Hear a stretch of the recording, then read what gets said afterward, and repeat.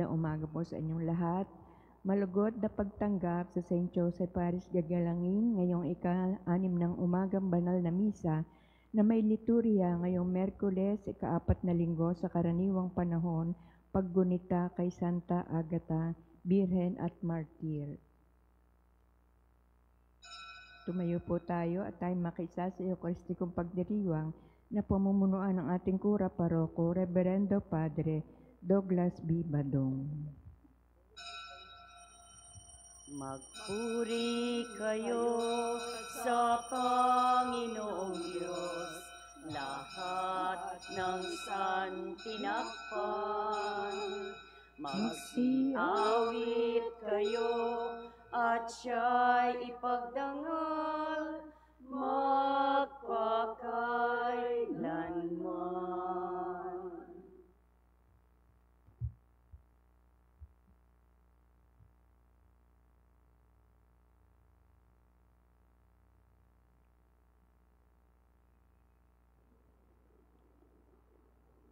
Sa ngalan ng Ama at ng Anak at ng Espiritu Santo. Amen. Ang pagpapahala ng ating Panginoong Heso Kristo, ang pag-ibig ng Diyos Ama, at ang pakikipagkaisa ng Espiritu Santo, naway sumainyong lahat. At sumaiyo rin.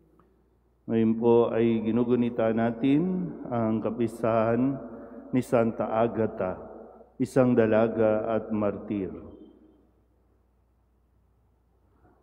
Mga kapatid, aminin natin ang ating mga kasalanan upang tayo'y maging marapat gumanap sa banal na pagdiriwang.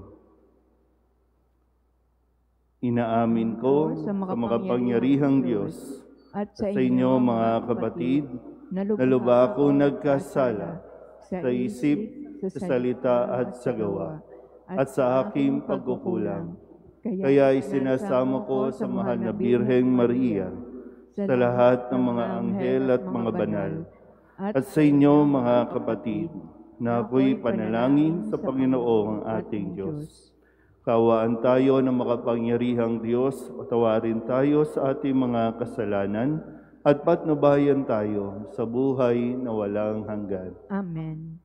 Panginoon, kaawaan mo kami. Panginoon, kaawaan mo kami. Kristo, kaawaan mo kami. Kristo, kaawaan mo kami. Panginoon, kaawaan mo kami. Panginoon, kaawaan mo kami. Manalangin tayo. Ama naming makapangyarihan, ang dalaga at martir na si Santa Agata ay manikluhod nawa sa iyo para kami iyong patawarin, dahil siya ay iyong kinalulugdan kailanman. Bilang matatag na martir at matapat hanggang kamatayan, sa aming Panginoong Heso Kristo, kasama ng Espiritu Santo, magpasawalang hanggan. Amen.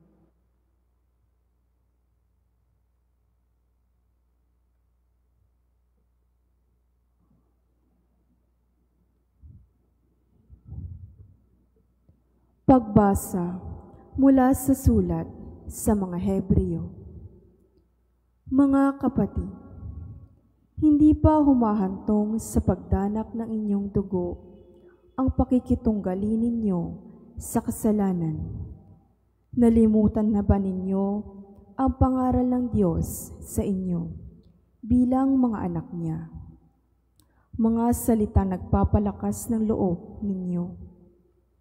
Anak, huwag kang magwalang bahala kapag itinutuwid ka ng Panginoon, at huwag panghinaan ng loob kapag ikaw ay pinarurusahan niya, sapagkat pinarurusahan ng Panginoon ang mga iniibig niya at pinapalo ang itinuturing niyang anak.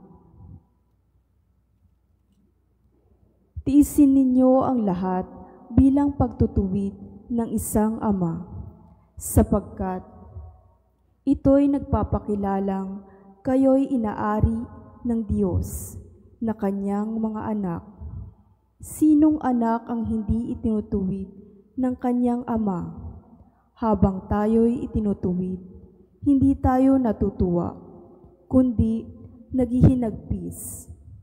Ngunit pagkaraan niyon, lalasap tayo ng kapayapaang bunga ng matuwid na pamumuhay. Kaya't palakasin ninyo ang inyong lupaypay na katawan at tipunin ang nalalabi pang lakas. Lumakad kayo sa daang matuwid upang hindi tuluyang mapilay, kundi gumaling ang paang nalinsad. Magpakabanal kayo at sikaping makasundo ang inyong kapwa, sapagkat hindi ninyo makikita ang Panginoon kung hindi kayo mamumuhay ng ganito. Pag-ingatan ninyong huwag talikdan ninuman sa inyo ang pag-ibig ng Diyos. Ingatan ninyong huwag sumama ang sinuman sa inyo at makagulo at makahawa pa sa iba. Ang salita ng Diyos. Salamat sa Diyos. Pag-ibig mo'y walang hanggan sa bayan mong nagmamahal. Pag-ibig mo'y walang hanggan sa bayan mong nagmamahal. Panginooy papurihan, purihin mo, kaluluwa. Ang pangalan niyang banal, purihin mo sa tuwina. Ikaw, aking kaluluwa, ang Diyos ay papurihan, at huwag mong lilimutin yaong kanyang kabutihan. Pag-ibig mo'y walang hanggan sa bayan mong nagmamahal. Kung paano nahahabag ang ama sa anak niya, gayon siya nahahabag sa may takot sa kanya. Alam niya na alabok yaong ating pinagmulan. Alam niyang babalik din sa alabok kung mamatay. Pag-ibig mo'y walang hanggan sa bayan mong nagmamahal. Ngunit ang pag-ibig ng Diyos ay tunay na walang hanggan. Sa sinuman sa Kanya'y may takot at pagmamahal. Ang matuwid niyang gawa ay wala ring katapusan. Yaong magtatamo nito'y ang tapat sa Kanyang tipan. Pag-ibig mo'y walang hanggan sa bayan mong nagmamahal. Tumayo po tayo. Alleluia, Alleluia, Alleluia, Alleluia, Alleluia, Alleluia, Alleluia. Ang tinig ko'y pakikinggan ng kabilang sa aking kawan, ako'y kanilang susundan. Alleluia, Alleluia, Alleluia, Alleluia, Alleluia, Alleluia, Alleluia. Sumainyo ang Panginoon. At sumaiyo rin. Ang mabuting balita ng Panginoon ayon kay San Marcos. Papuri sa iyo, Panginoon. Noong panahong iyon, si Jesus ay nagtungo sa sariling bayan, kasama ang kanyang mga alagad. Pagdating ng araw ng pamamahinga, nagturo siya sa sinagoga. Nagtaka ang maraming nakarinig sa kanya at nagtanong, saan niya nakuha ang lahat ng iyan? Anong karunungan itong ipinagkaloob sa kanya? Paano siya nakagagawa ng mga kababalaghan? Hindi ba ito ang karpenterong anak ni Maria at kapatid ni Santiago at Jose, Judas at Simon? Dito nakatira ang kanyang mga kapatid na babae, hindi ba? At siya'y ayaw nilang kilanlin. Kaya't sinabi ni Jesus sa kanila, ang propeta'y iginagalang ng lahat, liban lamang ng kanyang mga kababayan, mga kamag-anak, at mga kasambahay. Hindi siya nakagawa ng anumang kababalaghan doon maliban sa pagpapatong ng kanyang kamay sa ilang may sakit upang pagalingin ang mga ito. Nagtaka siya sapagkat hindi sila sumampalataya. At nilibot ni Jesus ang mga nayon sa paligid upang magturo. Ang mabuting balita ng Panginoon. Pinupuri ka namin, Panginoong Hesukristo. Isang magandang umaga po sa inyong lahat. Magandang umaga din po, Father. Ngayon po ay Miyerkules ng ika-4 na linggo sa karaniwang panahon at sa tulong nawa ni Santa Agata na siyang ating ginugunitang ang kanyang kapistahan ngayon. Santa Agata na isa rin sa mga dalaga na naging martir, na nag-alay ng kanyang sarili at sinikap na makasunod kay Kristo sa kanyang mga aral upang makarating din doon sa kaharian sa langit. So, si Santa Agata ay nakaranas din ng pang-uusig o pagpapahirap. Pero ganun pa man, siya ay nanatiling matatag sa kanyang pananampalataya.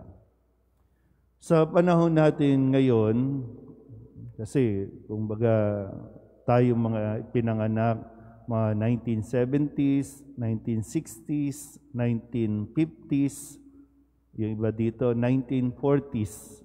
Meron pa bang mga 1930s na pinanganak? Wala na sila.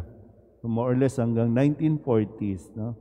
Talagang kung babalikan natin, matindi ang mga karanasan natin. Yung paano ka pumasok ng eskwelahan, yung maglalakad ka, yung magbabaon ka, yung baon mo, kamoting kahoy, saging, ano pa ba, nakatsinelas, no? Talagang lakad lang talaga, no? Ganun yung mga matitinding mga naranasan na pinagtiisan natin noon.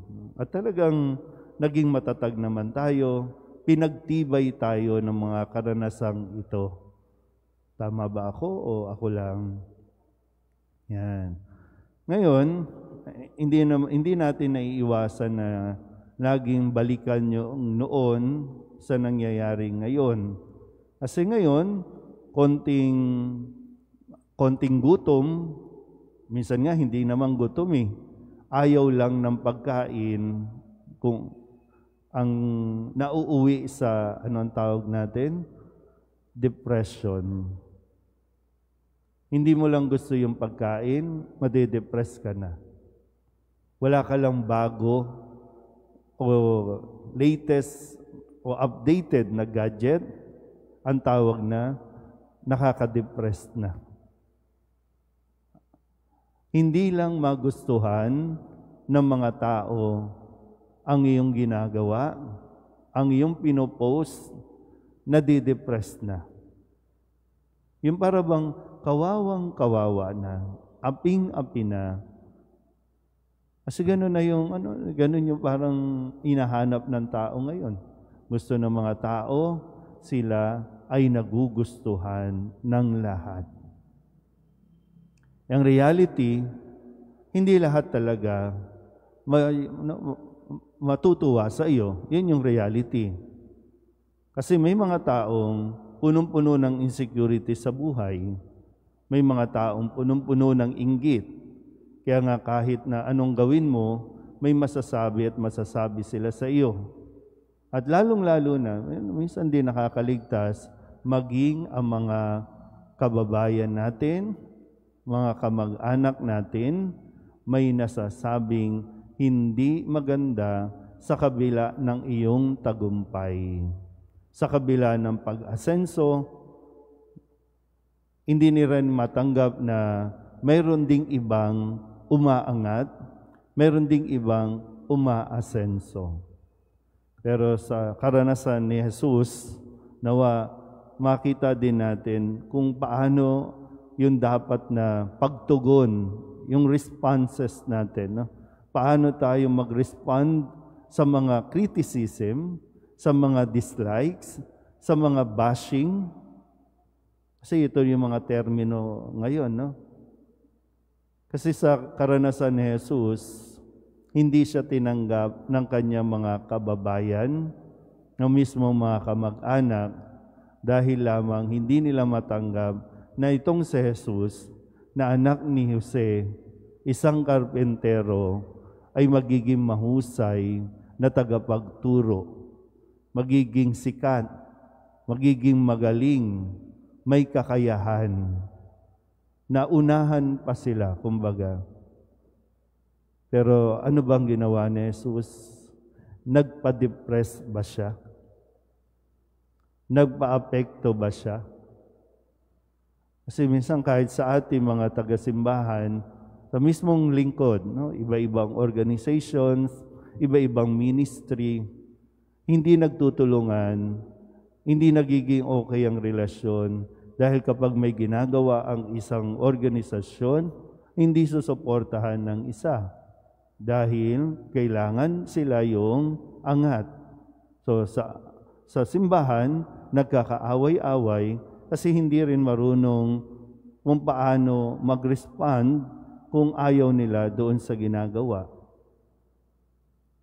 Kaya tuloy, pakiramdam natin, nahihirapan o pinahihirapan tayo. Diba? Ganun yung feeling, no? Mayroong ganung feeling na pinahihirapan dahil gusto mo lang naman maglingkod. Pero bahagi ito ng sinasabi din sa atin na kailangan natin pagtiisan. Sa pagtitiis, kasi doon din naman napupurify, no? Kaya nga sabi sa ating unang pagbasa, tiisin natin yung mga ganitong karanasan.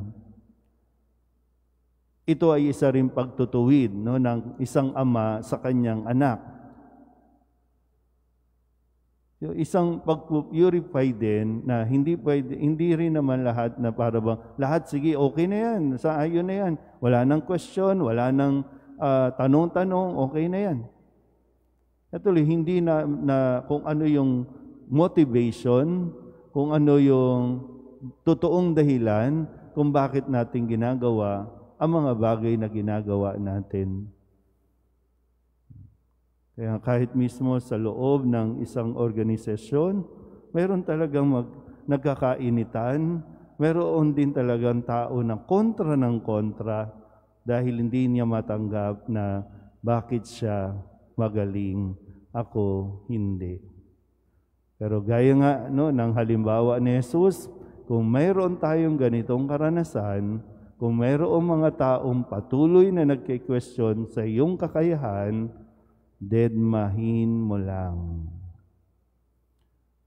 Hindi mo kinakailangan makipagsagutan, hindi rin kinakailangan makipagsabayan ka sa angas at gaspang ng mga pag-uugali. Kaya nga dito, parang hindi naman sinagot-sagot na ni Jesus. Hindi mo kinakailangan depensahan at lalong-lalo na hindi mo kinakailangang may patunayan sa kanila dahil kahit anong gawin mo para sa kanila, isa ka lang anak ng karpentero. Ganon ang nawa matutunan natin kay Jesus. Anak siya ng karpentero, hindi niya kinakahiya yun. Anak siya ni Jose, anak siya ni Maria, pero siya ay anak ng Diyos. Amen? Tumayo po tayo. Tinanggihan si Jesus ng sarili niyang kababayan. May pananalig natin tanggapin siya bilang ating Panginoon at tagapagligtas. Ang ating pong itutugon, Panginoon, dinggin mo ang aming panalangin. Panginoon, dinggin mo ang aming panalangin.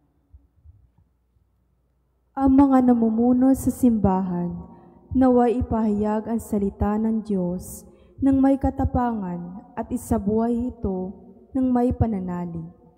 Manalangin tayo sa Panginoon. Panginoon, dinggin mo ang aming panalangin. Ang lahat ng mga Kristiyano naway maging maalab sa pagpapahayag ng salita ng Diyos sa mundong hindi naniniwala sa Kanya. Manalangin tayo sa Panginoon. Panginoon, dinggin mo ang aming panalangin. Ang mga misyonero naway magkaroon ng tiyaga at hindi manghina ang loob sa paghahasik ng mensahe ng Diyos sa mga pook na hindi bukas sa pagtanggap nito. Manalangin tayo sa Panginoon. Panginoon, dinggin mo ang aming panalangin. Ang mga may sakit at yaong mga nabibigatan sa buhay, naway makita ang pag-ibig at pagkalinga ng Diyos sa pamamagitan ng malasakit ng kanilang mga kapamilya. Manalangin tayo sa Panginoon. Panginoon, dinggin mo ang aming panalangin. Ang mga yumao, naway magtamasa ng walang hanggang kapayapaan. Manalangin tayo sa Panginoon. Panginoon, dinggin mo ang aming panalangin. Idulog din natin sa Panginoon ang ating mga personal na kahilingan at mga panalangin para sa ating mga pamilya. Kasama din ang mga kahilingan ng mga nanonood sa online. Lahat ng mga misang pasasalamat, espesyal na intensyon, agarang paggaling ng mga may sakit at ang lahat ng mga kaluluwa na inihiling na ipagdasal sa misang ito.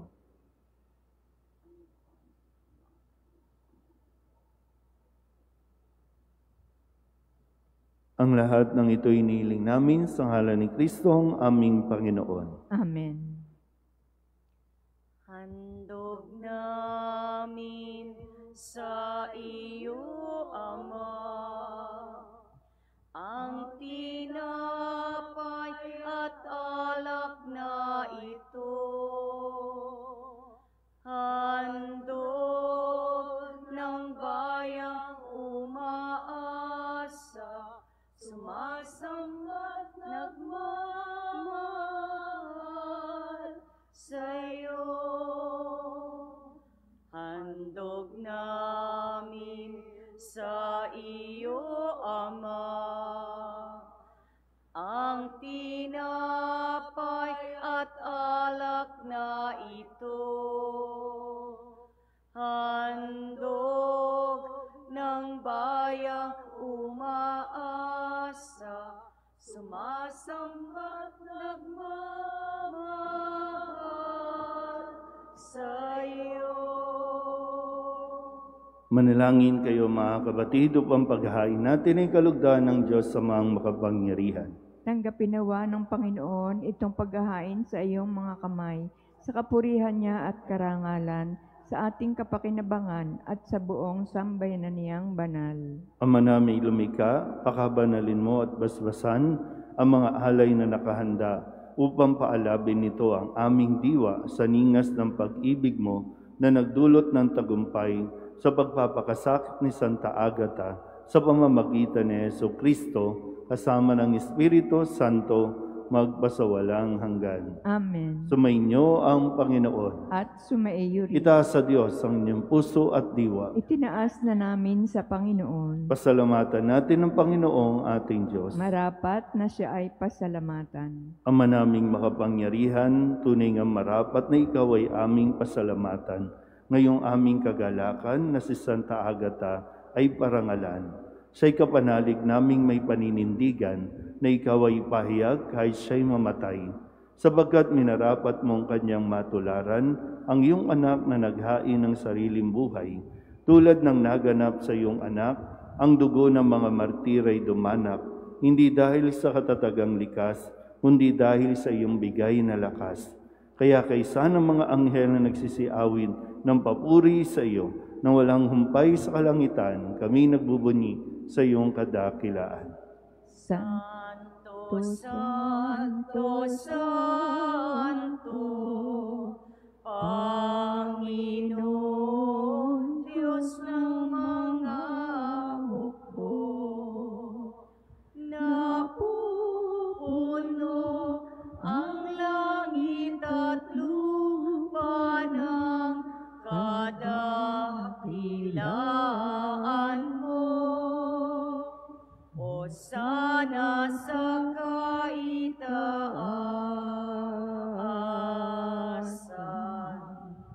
pinagpala ang napag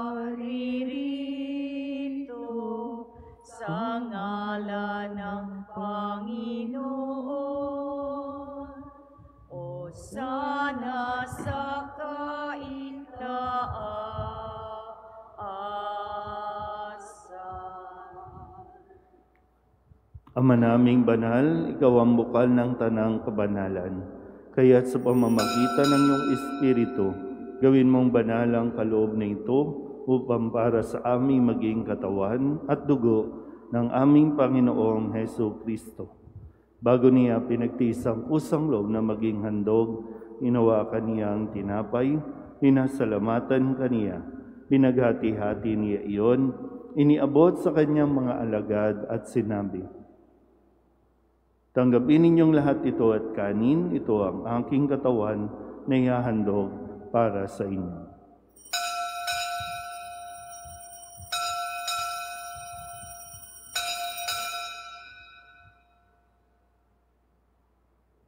Gayun din naman nang matapos ang hapunan, hinawakan niya ang kalis, muli kaniyang pinasalamatan. Iniabot niya ang kalis sa kanyang mga alagad at sinabi, "Tanggapin ninyong lahat ito at inumin. Ito ang kalis ng aking dugo, ng bago at walang hanggang tipan. Ang aking dugo na ibubuhos para sa inyo at para sa lahat, sa ikapagpapatawad ng mga kasalanan. Gawin ninyo ito sa pag-alaala sa akin."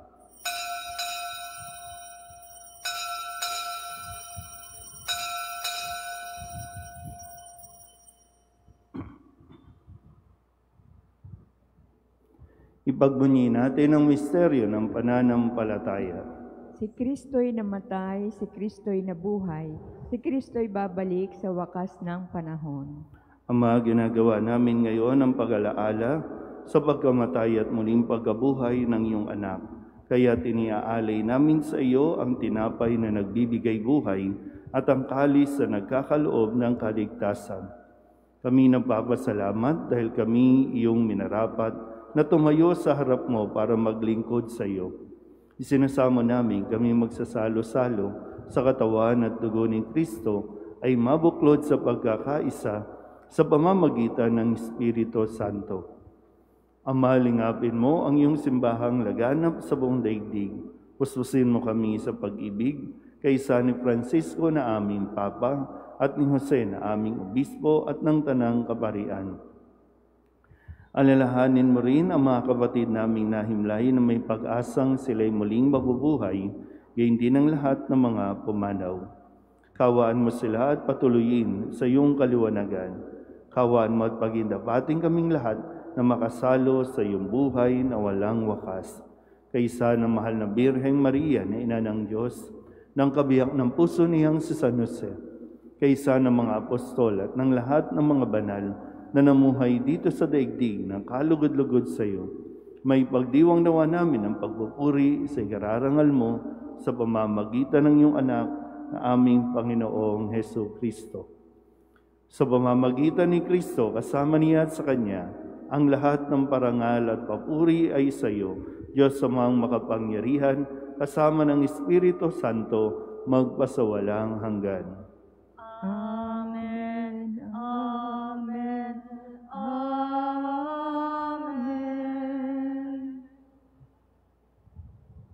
Sa tagubilin naman nakagagaling ng utos at turo ni Jesus sa Panginoon natin at Diyos, ipahayag natin ang lakas loob. Ama namin, sumasalangit ka, sambahin ang ngalan mo, mapasa amin ang kaharian mo, sundin ang loob mo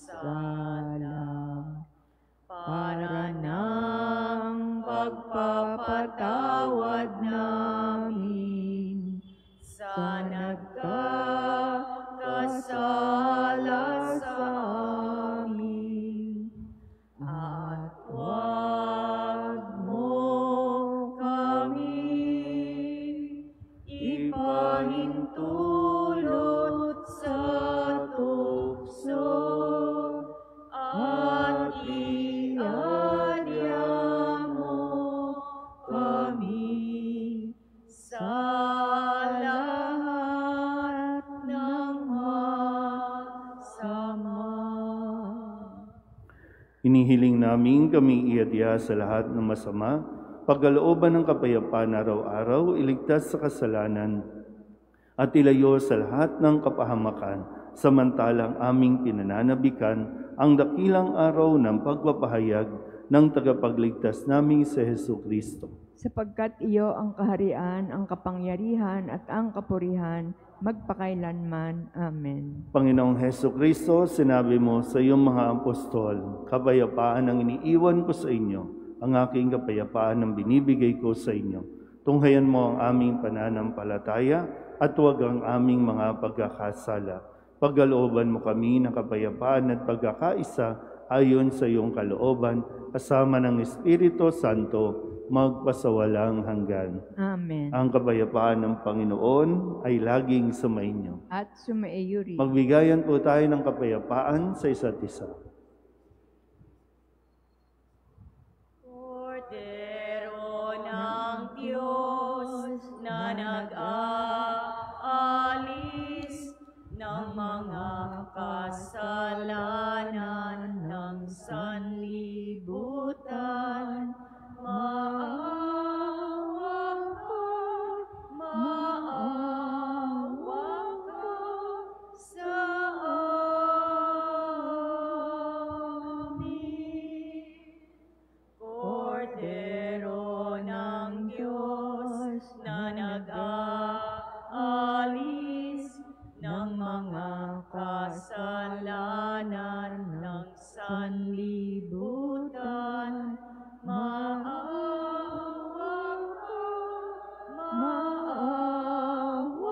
ka sa amin. Kordero ng Diyos na nag-aalis ng mga kasalanan ng sanlibutan, ipagkaloob mo sa amin ang kapayapaan.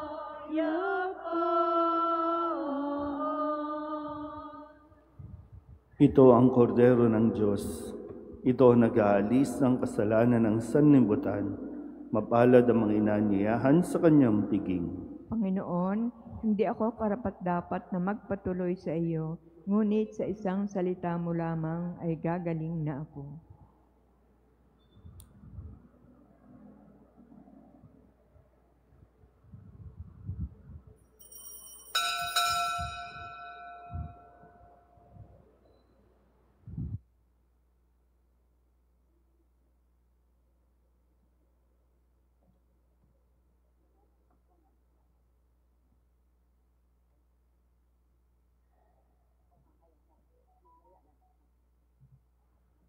Iwala kailanman.